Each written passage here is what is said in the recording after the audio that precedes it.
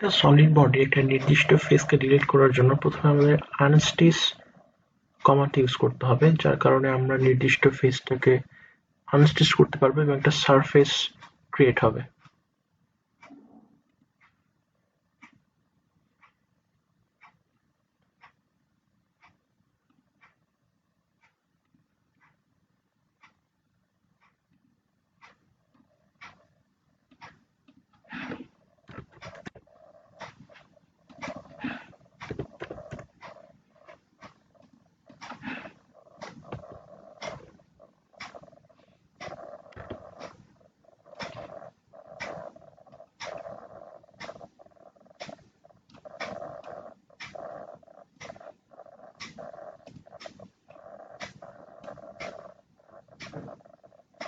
এখন এই ফেসটাকে ডিলিট করার জন্য আমাদের প্রথমে আনস্টিচ অপশনে যেতে হবে।